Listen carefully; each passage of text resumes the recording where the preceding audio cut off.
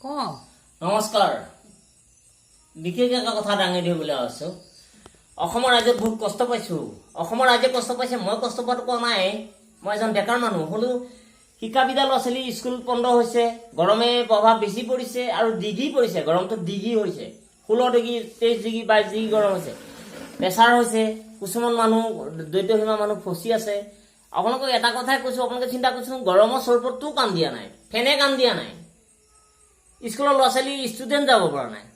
এইটো কি হৈছে? কোনোবা ওপৰত গৈছে নে নাই যোৱা, না কিবা গণ্ডগোল চলিছে নেকি? কোনোবা কোনোবা ওচৰত গৈছিলে বোলে, মাজতে কোৱা শুনিছিলোঁ ওপৰত গৈছিলে, মই কোৱা শুনিছোঁ কোনোবাৰ চন্দলৈ গৈছিলে। তাতে চন্দলে কোনোবা খোজ মাৰি পেলালে নেকি? তাক কিবা শনি লাগিলে নেকি? এই কথাটো কৈছোঁ। ল'ৰা ছোৱালীৰ অভাৱ হৈছে, ল'ৰা ছোৱালী স্কুল যাব পৰা নাই, মাকে স্কুল কলেজত নিব পৰা নাই। তেতিয়াহ'লে মানুহ কেনেকৈ জীয়াই থাকিব? আমি যেনিবা ভালকৈ শুই থাকিম বা গছৰ তলত ৰ'ম, ল'ৰা ছোৱালী কেনেকৈ গছৰ তলত ৰ'ব নেকি? এইটো ক'ৰবাত ফেচিলিটি কোনোবাই দিব নেকি? কোনোবা মাইকেলা দিব পাৰিব নেকি? সেইটোকে কৈছোঁ। অসমত মই কাকো নুদোষোঁ, মই কাকো বেয়াকৈও নকওঁ। এইটো কথাই কৈছোঁ যে গৰমৰ শান্তিৰ বিষয়ে কিবা জানিব নে নাজানে। এই কথাটো যে আমাৰ ল'ৰা ছোৱালীখিনি ইমান প্ৰভাৱ পৰিছে। 6 বজাৰ পৰা স্কুলখন খুলিবলৈ চেষ্টা কৰক, 7 বজাৰ পৰা খুলি 12 বজাত বন্ধ কৰক। 12 বজাত বন্ধ কৰি ল'ৰা ছোৱালী ৰেষ্ট কৰি আকৌ 2 বজাৰ পাছত স্কুল আৰম্ভ কৰক। চেষ্টা কৰিব। চেষ্টাটো এনেই নহয়। ল'ৰা ছোৱালী বেমাৰ হৈ গ'লে, ৰোগী হৈ গ'লে, চৰ্দি হৈ গ'লে পানী খাই দিব, য'ত ত'ত বেয়া পানী খাই দিব, ৱাটাৰ পানী খাব, কিবা পানী খাব, কিবা চৰবত খাব, কিন্তু হৈ গ'লে সেইটো তাক কোনে মূলি দিব? আগত কৰোণাই মানুহ মাৰি থৈ গ'ল, বহুত মানুহ মৰিলে। অসমত এতিয়া মানুহ ক'বলৈ কানিবলৈ কোনো নাই, কাৰো সময় নাই, কাৰো কাৰণে যুঁজিবলৈ সময় নাই। এটা কথাই কৈছোঁ যে আপোনালোকে এটা চিন্তা কৰক, যদি কোনোবা চান্দিছে নোৱাৰে তেতিয়া প্ৰবীণ তামুলী হাত দাঙি দিয়ক। তেতিয়া আমি জানিম গছ গছনি চব কাটি শেষ কৰিলে, অনলাইন হ'ল, কিবা হ'ল। এতিয়া কোনো গছ এজোপা নাই, গাঁৱৰ মানুহকেইটাহে অকল জীয়াই আছো। চব শ্ৰদ্ধালাই ঘৰ বনাইছে, কিন্তু মই চব ঢালিব পাৰোঁ, মই নেঢালো। মই জানো যে মানুহ ক'ত জীয়াই থাকিব। নৰা ঘৰ ক'লৈ গ'ল? দুখ লাগিছে। নৰা ঘৰ বহুত চেট আছিলে, এতিয়া গোটেই শ্ৰদ্ধালাই, গোটেই আছাম টাইপ ঘৰ, কিবা কিবি, সেইবোৰ কথা বাদ দিয়ক। কিন্তু আমাৰ ল'ৰা ছোৱালীবোৰ থাকিবলৈ এটা জীৱিকা দিয়ক। আৰু চাইণ্টিষ্টসকলে চিন্তা কৰক কি হৈছে, এইটো ক'ত কি লঙলৈ। কোনোবা গৈছিলে চন্দ্ৰলৈ, তাত খোচা কিবা গণ্ডগোল হ'ল নেকি? এই কথাটো মোক লাগে।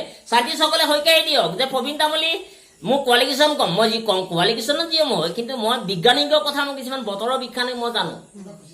এই কথাটো মই কৈছো। কোনোবা খুচিলে নেকি? এই 18 ডিগ্ৰী 23 ডিগ্ৰী মানুহ প্ৰেছাৰত খেচকে পৰি গৈছে। 40 ডিগ্ৰী 28 ডিগ্ৰী 30 ডিগ্ৰী। লোৱা এটা কেনেকে, এই 5 বছৰীয়া লোৱাটো কেনেকে ল'ব? কোনোবা মাইকীজনী ডেলিভাৰী আছে, কেনেকে সহ্য কৰিব? এই কথাটো মই ক'বলৈ গৈছো। এতিয়া খেতি দিন আহিলে, পানী নাই, কালিলে কঠীয়া পাৰিব কেতিয়া, সিঁচিব কেতিয়া, ৰোৱা তোলা হ'ব কেতিয়া?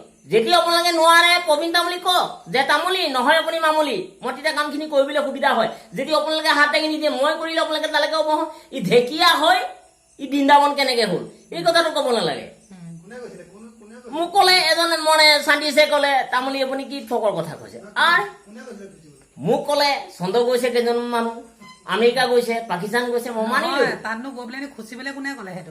খুচিব মোক ক'লে, ইমান আছে মোক ফোন কৰিছো যে দাদা আপুনি কি কৰিছে, আপুনি মোমা কি কৰিছে, আপুনি নিজৰ ভাগি নহয়। মই ফোন কৰিছো, আপুনি গোটত ক'লে 10,000কে দিম, সেইটো জিৰো।